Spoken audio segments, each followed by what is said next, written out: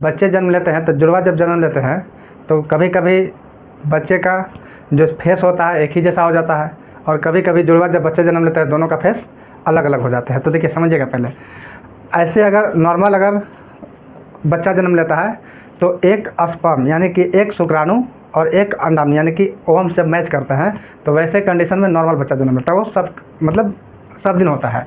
लेकिन यहाँ पे अंतर क्या है, देखिए अगर जुड़वा बच्चा जन्म लेता है तो सबसे पहले एक होते हैं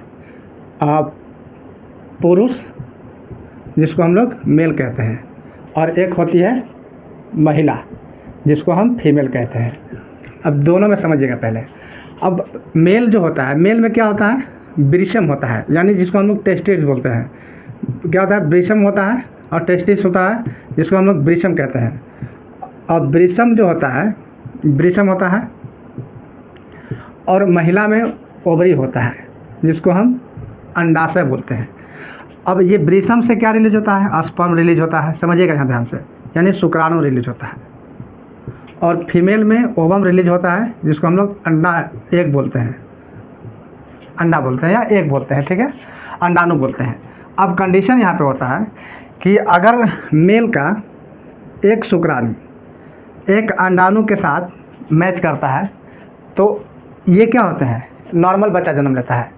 लेकिन अगर कंडीशन यहाँ पे हो कि अगर यहाँ पे दो शुक्राणु होंगे, समझिएगा ध्यान से, यहाँ पे दो शुक्राणु, कितने शुक्राणु होंगे, दो शुक्राणु होंगे, दो शुक्राणु होंगे और दोनों शुक्राणु एक ही एग पे जाके क्या करते हैं, टकराते हैं, और ये इसको धक्का देते हैं और ये उधर नहीं जा पाते हैं। तो एक अंडाणु में अगर दो शुक्राणु जाके अगर फर्टिलाइज करते हैं, अगर मिलते हैं वहाँ पे जाकर, तो उस समय बच्चा जुड़वा होता है, जुड़वा होता है। बट फेस दोनों का अलग अलग होगा, फेस कैसा होगा, अलग होगा।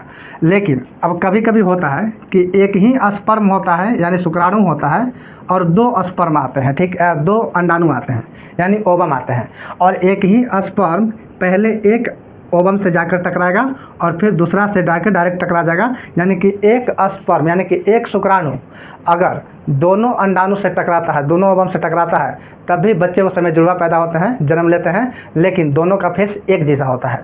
लेकिन फिर अगर दोनों दो शुक्राणु एक अंडाणु से टकराता है, एक ओवम से टकराता है, तो उस समय भी बच्चा जुड़वा होते हैं, लेकिन दोनों का फेस का डिजाइन अलग होते हैं। और जब सिंगल अंडाणु सिंगल यानी कि सिंगल ओवम और सिंगल स्पर्म जब टकराएंगे, फर्टिलाइज करेंगे, तो नॉर्मल बच्चा जन्म लेता है। एक चीज़